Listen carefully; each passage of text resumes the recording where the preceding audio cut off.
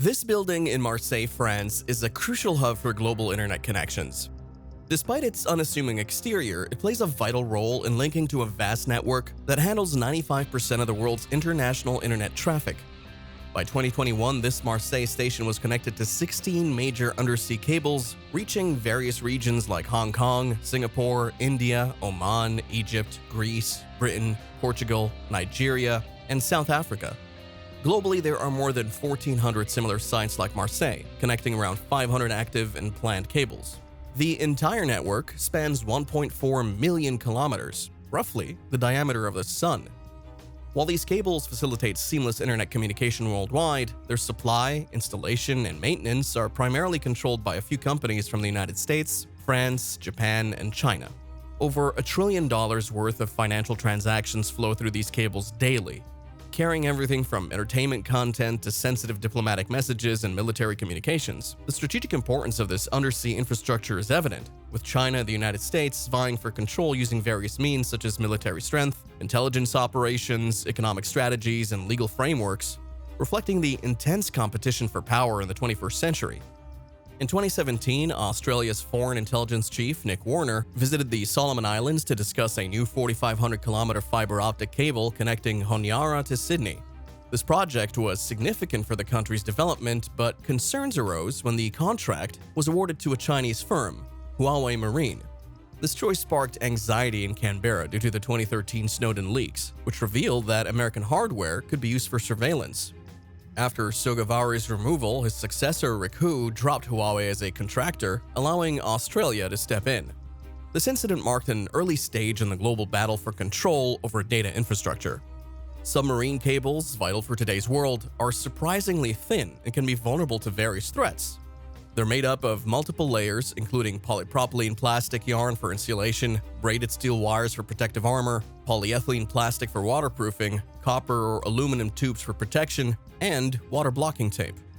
The optical fibers of the core transmit laser signals to receive on the other end, with repeaters placed every 60 to 70 kilometers to boost the signal. These cables are laid by specialized ships, with around 50 worldwide capable of this task. The business is highly niche, and sometimes even rival powers may need to work together for repairs. Submarine cables are essential for the Asia-Pacific region, where most of the population lives in island or coastal states. Historically, cables have landed at a small number of hubs, such as Japan, Singapore, and Hong Kong, leading to potential bottlenecks and points of failure. New routes through Indonesia and the Philippines could alleviate these issues while connecting high-growth markets. Regulatory and investment regimes are crucial for supporting ongoing and future submarine cable investment. Policymakers should ensure supportive policies for submarine cable deployment, landing, access to capacity, protection, and repair. Equipment can be set up to capture or damage data, which could make the cable a problem. So every new cable is a strategic move. Forming new connections strengthens security ties, but excluding a state from these connections leaves them out of the loop. This is how data travels globally, and why underwater cables are important. In contrast, satellites carry less data and cost more to maintain. Although satellite technology might improve in the future, as of 2024, it only handles a small portion of international data, and will likely stay that way for years to come. But there's increasing worry about the vulnerability of underwater cables to spying and sabotage, leading governments to protect their waters more. Some countries insist only specific companies can lay and manage underwater cables in their economic zones, but it wasn't always like this. In the past, state-owned enterprises often funded data cables. In the 2000s, things changed. Chinese telecom firms like Huawei expanded into untapped markets, and by 2015, China had a significant share of the global cable market. This, of course, alarmed the US government, which tightened its control over the cable network to ensure American dominance. Big tech companies joined in, investing billions in cables and controlling most of the world's bandwidth. This pushed out the Chinese cable suppliers, who face sanctions, leading them to selling their stakes in joint ventures. American efforts have so far prevented China from becoming a major player in the global underwater cable market. HN Tech holds just 10% of existing and planned cable networks, considerably less than French manufacturer ASN and American supplier Subcom, which control 41% and 21% of the global market respectively. While the US dominates cable planning, China seems to have a stronger presence in maintenance. Outages are unplanned, leading repair work to whoever is available nearby. To maintain a position in underwater cable operations, China focuses on maintenance, especially in its nearby seas, including American and Japanese lines. Some analysts suggest this allows for potential tapping. In 2022, Chinese ships repaired cables operated by AT&T, Verizon, and Microsoft in the East China Sea. Following this, Microsoft claimed with moderate confidence that state-backed actors had hacked into its telecom infrastructure, though Beijing denied involvement. This prompted Washington to distance new cables physically from China through initiatives like the Clean Network, prohibiting direct connections between the US and mainland China.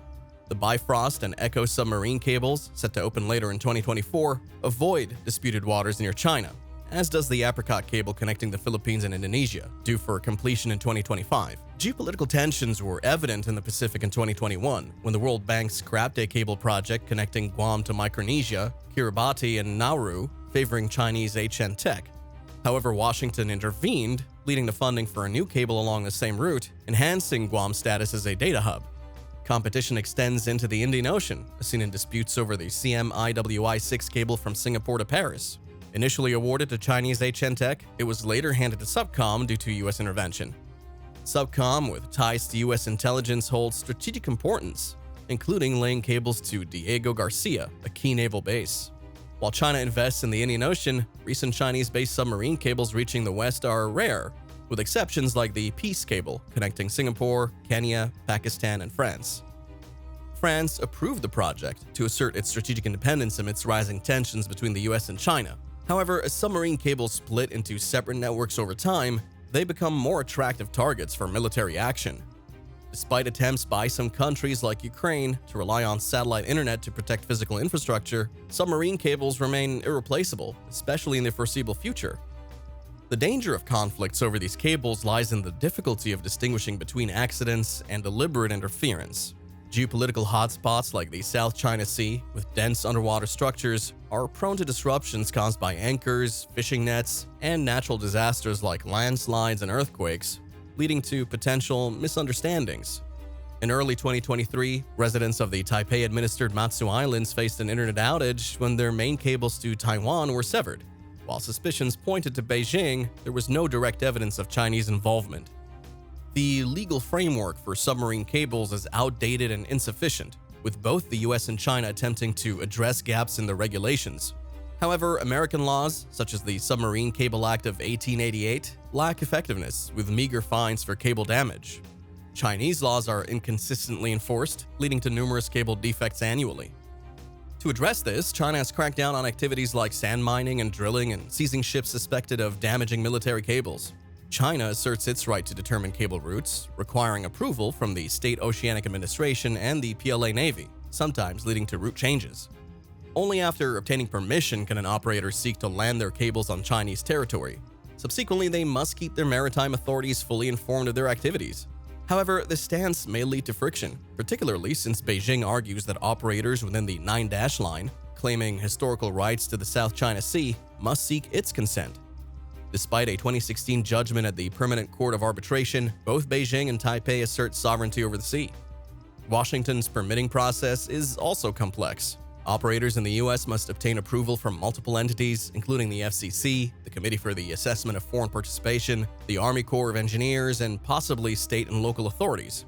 This bureaucratic process can delay approval, especially if a new bill restricting American cable technology sharing is enacted.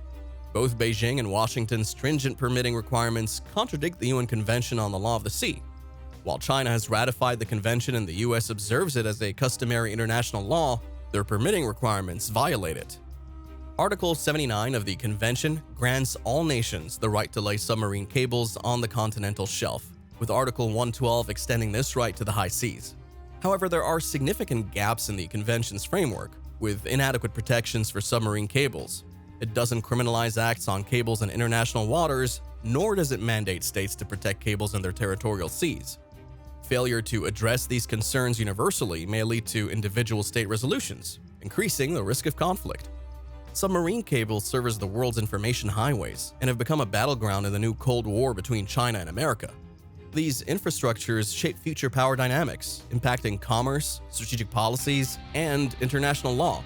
While the West currently leads, China's growing influence and South-South cooperation could lead to new collaborative efforts. Regardless, promoting and safeguarding cable projects is now a geopolitical necessity. So, China's limited internet access is primarily due to stringent government regulations rather than actions by the USA. The country operates under strict censorship enforced through the Great Firewall, which blocks access to numerous foreign websites and online platforms.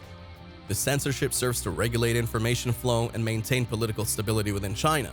While diplomatic tensions between the US and China over technology and trade exist, the US does not directly influence China's internet restrictions.